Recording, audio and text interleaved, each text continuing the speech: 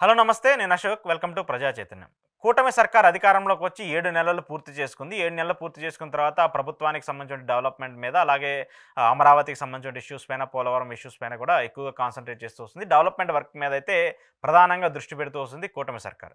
అయితే నేను ఒక ఇష్యూని ఇప్పుడు మెన్షన్ చేయబోతున్నాను. ఆ ఇష్యూ ఏంటంటే ప్రభుత్వ ఉద్యోగులకు సంబంధించిన జీతాల వ్యవహారం. జీతాల వ్యవహారం గతంలో జగన్మోహన్ రెడ్డి అధికారంలో ఉన్నప్పుడు జీతాలు టైంకి ఇవ్వట్లేదు.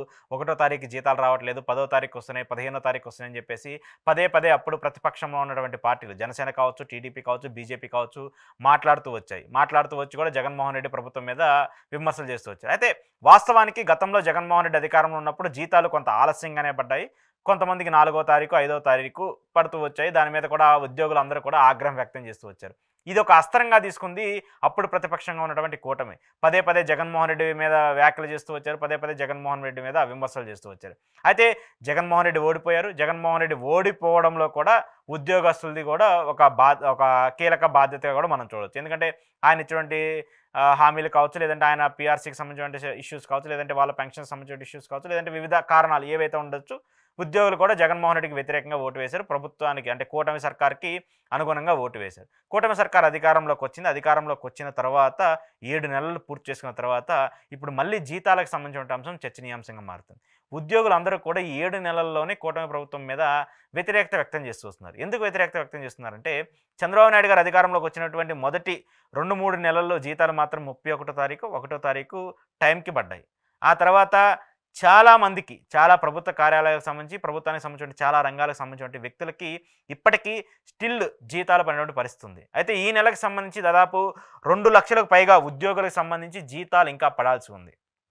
ఆ అంశానికి సంబంధించి జీతాలు ఇంకా పడాల్సి ఉందని చెప్పేసి ప్రభుత్వానికి వాళ్ళు అర్జీలు పెడుతూ ఉన్నారు. ప్రభుత్వం గురించి మాట్లాడుతూ వస్తున్నారు. అయితే ఈ పాయింట్ ఎందుకు కోట్ చేస్తున్నానంటే కూటమి సర్కారు అధికారంలోకి వచ్చినటువంటి ఈ నెలల్లో దాదాపు 1,20,000 కోట్ల, 1,10,000 కోట్ల అప్పు చేసినట్టు కూడా చెప్తూ ఉంది. అధికారికంగానే అప్పు చేశారు. అది ఎంత చేశారు ఏంటి అనేది కూడా ఖచ్చితంగా డేటా అయితే వస్తుంది. దాంట్లో అమరావతి మిగతా కార్యక్రమాలకు సంబంధించి తీసేస్తే అభివృద్ధి కార్యక్రమాలకు, పథకాలకు, పెన్షన్లకు 60,000-70,000 కోట్ల వరకు అప్పు చేసినట్టు కూడా మనకు అర్థమవుతుంది. ఈ చేసినటువంటి అప్పు మొత్తం ఎక్కడికి పోతుంది? సంక్షేమ పథకాల అమలు చేయట్లేదు.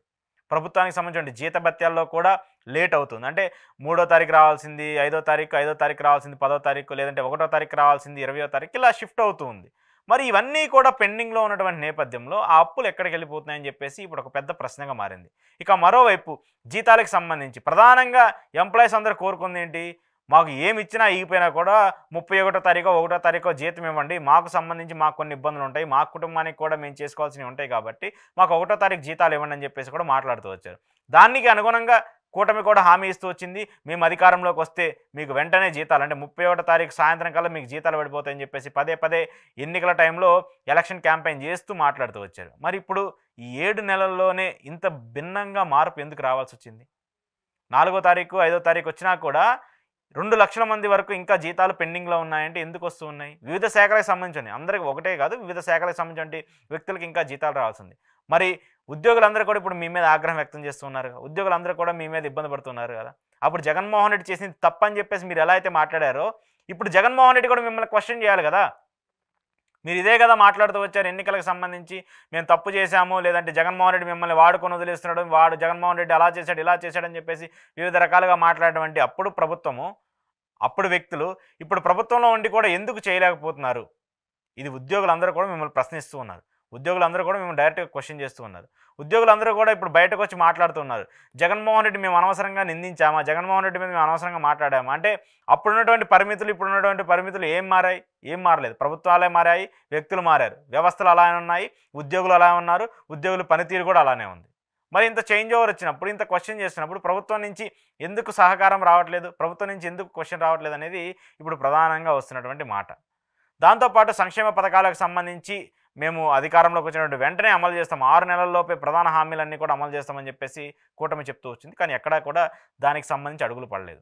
తల్లికి వందనకి సంబంధించి కావచ్చు, రైతులకు సంబంధించినటువంటి భరోసా కావచ్చు, లేదంటే ప్రతి మహిళకు సంబంధించి 15,000 ఇస్తామని చెప్పడం కావచ్చు. ఇలా వివిధ అంశాలు ఉన్నాయి ఎన్నికల మేనిఫెస్టోలో.